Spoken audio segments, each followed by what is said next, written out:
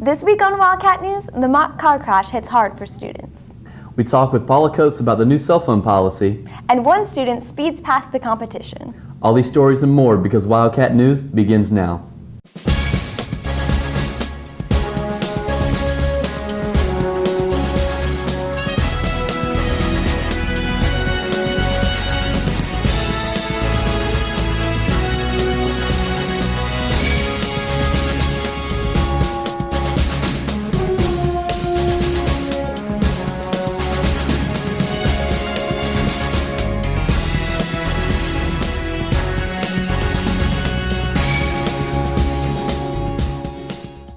Good morning, West Johnston. I'm Jamie Snover. And I'm Jared Spann.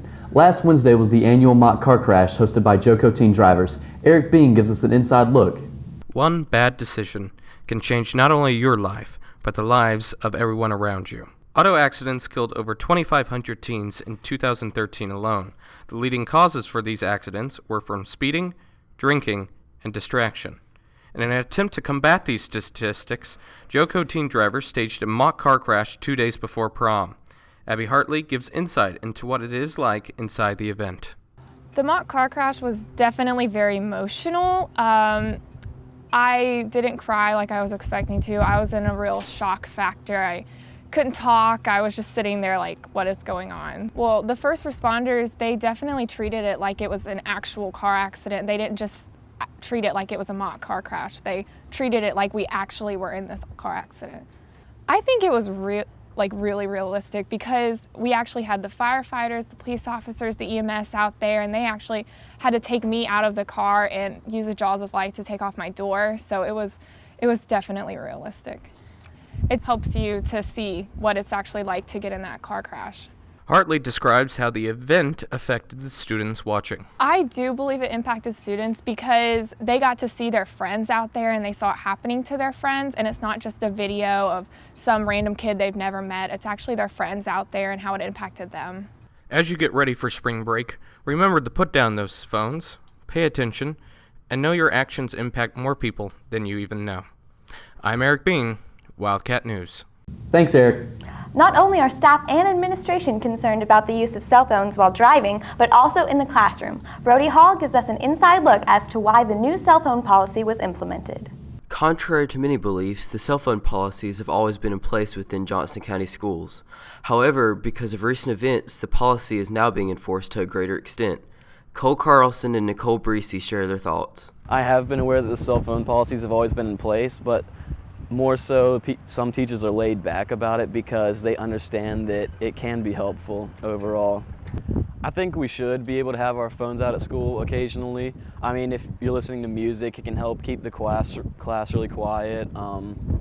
You can focus, you can use Google Docs, you can look stuff up online. It's just everyday stuff that can be really helpful. Some teachers, they don't care if you have your phone out as long as you're doing work, but other teachers, if they even see it laying on your desk, even if you're not doing anything, they take it, and that can be hard for students. Dr. Coates explains the reason for the sudden crackdown. I took the responsibility for the situation kind of getting out of hand with cell phones. So because I really want kids to do their best and be their best, we decided that we would take an administrative approach and more global approach to enforcement. So that's why we added the announcement to remind students. I would like to have an environment here where teaching and learning is the most important thing, number one on our list. I'm Brody Hall, Wildcat News. Thanks, Brody. This new policy prevents students from being able to text, accessing social media, or listening to music. Dang it, I can't listen to Indie Folk Revival on Pandora anymore. Anyways, speaking of music, why don't you tell us about the regional MPA judging last week? Throughout last week, the band department hosted schools from all over the district for the musical performance adjudication. Michael Oppurtunities shares what went into hosting and how our bands performed. MPA stands for Music Performance Adjudication, and it's where we host 60 bands here at West to basically see how good they play their music. So each of the 6 districts in North Carolina host their own MPA. There's not necessarily placing at MPA, but we all receive grades. The symphonic band, they got straight 3s and then a 1 on sight reading, and then the wind ensemble got straight 2s and a 1 on sight reading. In order to host MPA here at West, it took a lot of planning, a lot of setting up. Like, as you can see behind me, there are a lot of chairs.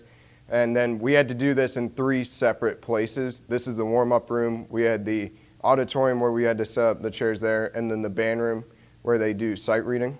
For me, MPA was a lot better this year because I was in wind ensemble this year. Last year I was in symphonic band. But overall, I think the MPA went very well this year. Some students spend their summers vacationing or sleeping, but other students work all summer. Katherine Serrell uncovers possible summer jobs for students. Students share about their experience in the workforce. I work at Water Drug Store in Princeton, North Carolina. I'm happy with the job I have because I'm able to get the hours I want, and it's an easy job first job for teenagers who are attending high school. I work at Dairy Queen on 4042. I really like this job because they give me the hours that I need, and they also, they're really lenient on if you need days off, and it's just a really great job. I really like being able to interact with the customers and being able to see like all the little kids and them ordering their favorite ice cream and just being able to make it for them, and it just makes their day. I really love that about my job. I work at McGee's Crossroads. I'm a lifeguard. I like my job because it's only in the summer, so it doesn't affect school, and I work with a bunch of my friends.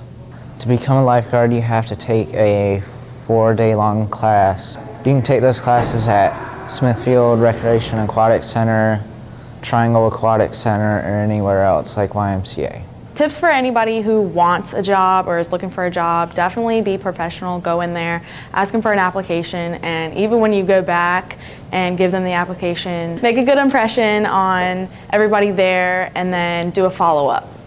Make sure you dress nice and always be polite and be positive. It's not hard to find a job out there. You can kind of walk in places that say they're looking to hire and just kind of get a job.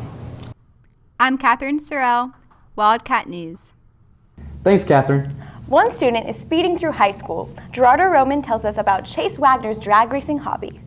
Chase Wagner converses his passion for drag racing. I've been drag racing for about 4 years now. A lot of things kind of sparked the interest in it for me. My dad has always been around it, and my whole family, just about, and all his friends.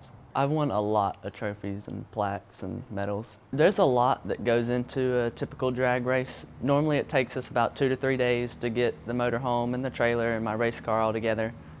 And then we normally go down there a day early to set up before the race starts, and then the race is all weekend. It's really just like a fun weekend. It's almost like a vacation for me because I love the sport drag racing, but you're also around friends and the occasional camera, and it's live, so it's pretty cool. It's fun. My favorite part about drag racing is kind of just the thrill of every time you pull on the track. You know that you can either win or lose, and you have to have complete focus at all times, or you could lose.